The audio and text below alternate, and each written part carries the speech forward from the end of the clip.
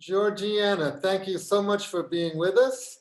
Please introduce yourself, tell us where you are telling from, and please tell us a story. Hello, everybody. It's a wonderful opportunity. I'm sure you've heard it so many times before, Eric, but I do really have to say thank you. I'm Giorgiana. I'm from Romania, as it is written there. So this is my name. I'm a professional storyteller, and I'm also a professional actress. But I've been doing storytelling for past 9 years. I usually tell much more interactive stories, but this time, because Eric told me this is an adult festival, I can't say okay.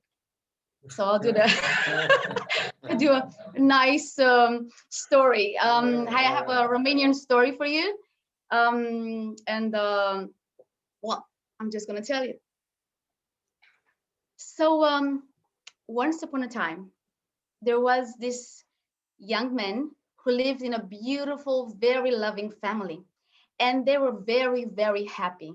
They lived in a little town and they used to share love all the time. If somebody would do a mistake one day, until the evening, somebody would say, I'm sorry, because they knew that forgiveness, it's a very important element into the real love that you have to share. So he grew up really, really happy. He really was really loved. But as he was a young man now, a tragedy happened in his life. His family, his mother, father, siblings all died. So he was just by himself. He was alone with all the love in the family that wasn't consumed. So he had all the love and he was just in his bag. He had to carry all the time this bag of love on his back. And it was, it's a inheritance. I mean, like it's genetic, you inherit it from your family. So it's in your blood, in your genes, you can't get away, you can't escape. So the thing is that this sack of love was really interesting that when he would start to share some love from the sack, then this sack would become very light and loose, easy to carry. But otherwise, if he would stop doing that, it would become very heavy, very hard. There was so much pain in his back. So he said, I have to share this love. The dimension of it was the same, the structure of the sack. It's just that he felt it differently when he started to share. So he had to do that. He started to share all around his town. And of course, he felt nice because the sack was not giving him a lot of pain, but there was still too much love inside, and it was still hurting him. So he said, I have to go from place to place. And he went around the world. So from village to village, from town to town, from city to city. And he would just go in a big marketplaces and say, hey, come on, here, please. I have love. And it's free. But people will, buy some apples and some carrots and some potatoes, and they would just pass by and say, okay, I have some 2 kilos of love, thank you very much. And that was it. And he was sharing his love with all his heart. And at the beginning he didn't realize that people were just taking as much as they could need for that day. But he started to more go from market to marketplace and just to scream around, please have my love. It's free. But you see, people will start just to pass by, not to stop and have his love. And he could not understand this because come on, it's not potatoes, it's love and it's free. What else do you need more? So he started to be more and more angry and very keen on giving this love, because otherwise it was hurting him so much. And he would even run around the cities, and when he found an open door, just throw a little bit of love there, or just put it in the front door, just knock and run. And then if he would find just a little open door, he would just again throw some love, or even over a fence. And so his heart started to be so full of anger, and he was crying all the time and saying, can't you see, people? I'm sharing love. What's wrong with you? And he was all the time mad, but at the same time, his back problem was bigger and bigger because he had so much pain. The sack of love was so big, so much hurt that was inside and on his back too. And he was just crying and just throwing a love there. There you have it. There you have it. There you have it. And at one point he fell on a cry and said, I can't do this anymore. This is too much. I just don't understand why nobody wants to have my love. So he fell down and started to cry. And in that point, an old man opened his door and said, please, come inside. And he looked around and said, are you talking to me? Said, yeah, come. Nobody before has opened the door to invite him in.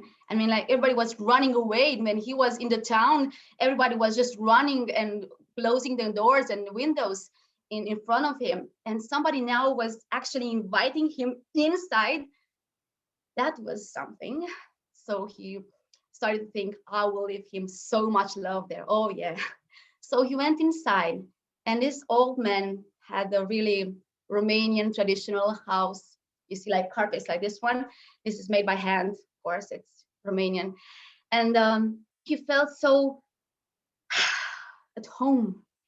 The smell of wildflowers, and it was just like the smell of home, and you know how it is, that one. And the old man said, please have a seat. And he stood in front of a table and he poured him a glass of water. And he was thirsty. He was thirsty of kindness, first of all. But anyway, he was thirsty anyway. So he started to pour water and more and more and more until the glass could not take more. And the young man said, oh, you're going to overflow it. It's too much. Please stop. And the old man said, oh, thank you. And then he started to put some apples in a bowl in front of the young man. And he put one apple and another one and another one until the bowl could not take any more. And said the young man said, please stop. It's going to overflow anyway. There's no place left for the apples. And the old man said, oh, thank you for saying that. Please have some. So he started to drink. Oh, that was good. So crystal clear water and so sweet and so fresh. And then he started to eat the apples. It was so crunchy and really juicy and sweet, like the perfect apple you can imagine. And he started to eat one, and then one, and then one, until his belly could not take any more. But the old man said, please have some more. Okay, just be nice. I'll have another one. But you realize that, I'm sorry, I can't take anymore because it's too much. And he stopped and said, please, sorry, forgive me, but it's too much. My belly is going to explode. And then the old man said, well, you see, this is how it happens with love too. Oh, I don't understand. Well, people can only have as much as they need.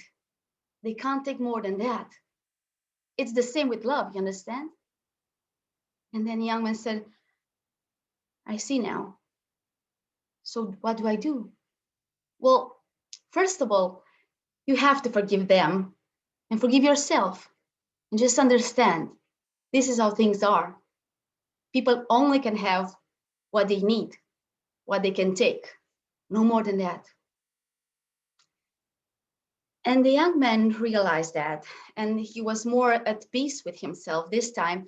But he said, well, please tell me now, what can I do with this sack of love? Because it's still big and it's still hurting me so much. Whom could I give this love?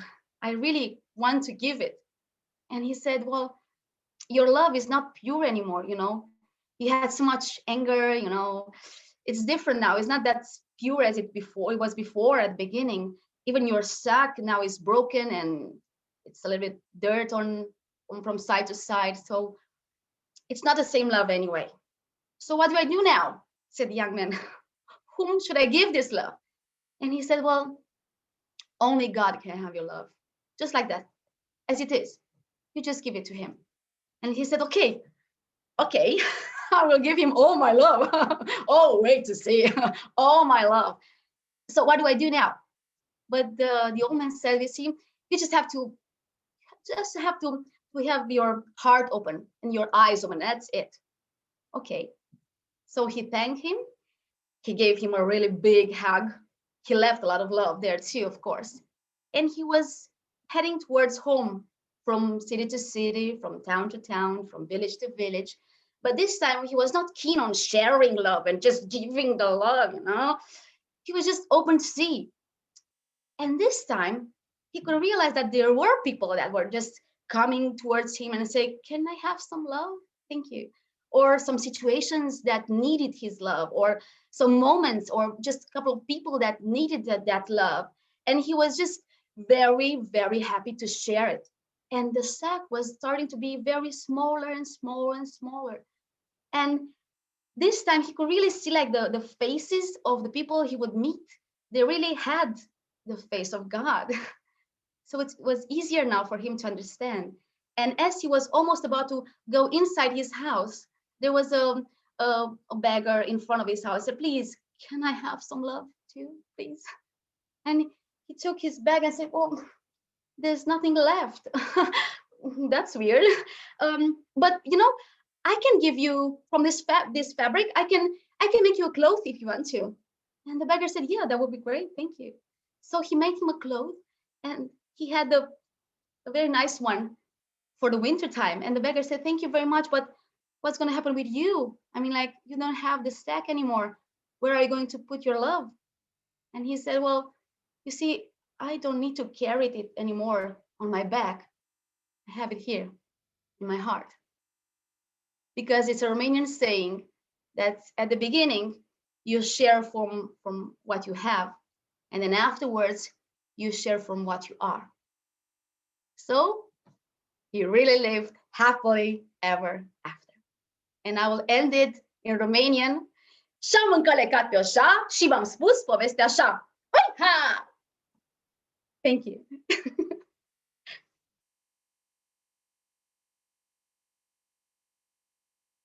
Okay, thank you very much. So is that a folktale?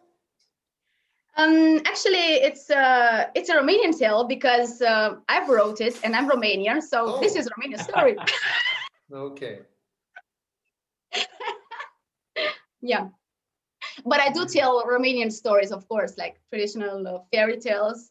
But this is also something very specific for Romanians. I mean, if you come to our house, you know, like Romanian house, you just come to my house and I just open the fridge and I just share whatever I have, because it is how we are. Like in traditional Romanian houses, there are two rooms actually. One is for all the family. It's sort of a kitchen, living room, even bedroom. And then there's a big house, it's called. And that's the room only for people that are invited, you know, only for guests. And you have to put there everything that's best you have in your house, all the best furniture, best carpets, pillows, whatever.